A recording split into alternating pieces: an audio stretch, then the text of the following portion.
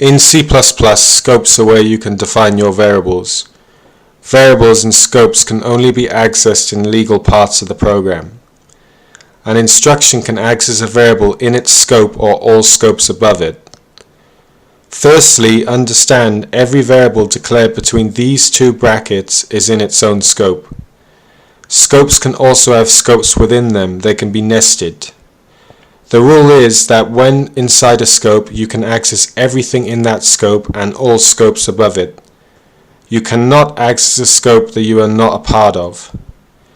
If you are in a scope that is in other scopes, you can access those other scopes.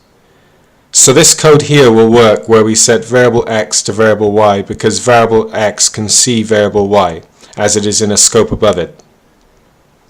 This code, however, will not work where we set variable o to variable y.